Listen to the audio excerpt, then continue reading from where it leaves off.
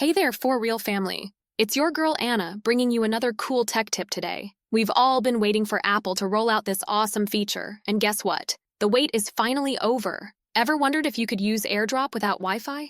Well, here's the good news. With iOS 17.1, you totally can.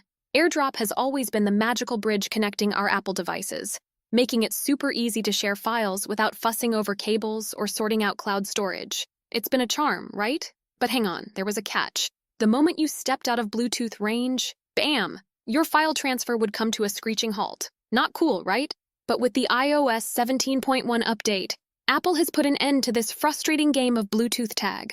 That's right, folks. Now, AirDrop isn't tied down by Bluetooth range anymore. But before we get into the nitty-gritty, how about showing some love to our channel? Go right ahead and hit that like button. Subscribe if you haven't yet, and drop a comment below on what has been your most annoying AirDrop experience. I promise it'll be a fun read. All right, let's dive in. To use AirDrop without Wi-Fi, you're going to have to tweak a little something on your iPhone settings. First up, tap open the Settings app on your iPhone or iPad. Piece of cake, right? Next, look for General and give it a tap. You'll see the AirDrop option nestled inside. Tap it open too. Now you'll spot an out-of-range section. There's a cute little toggle next to Use Cellular Data. Tap it to the On position. And just like that, you've untethered AirDrop from Wi-Fi.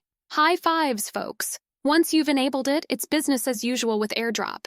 You can start sharing those selfies, videos, or any files really without worrying about Bluetooth range. It's one of those little tweaks that Apple has gifted us to make our lives that much easier. But hey, if you're thinking, okay, now my files are going over my cellular network, is that safe? Chill, Apple's got your back. They've ramped up security measures. Your files are safe and sound, going only where you want them to. There you have it, folks. A simple trick to improve your AirDrop game.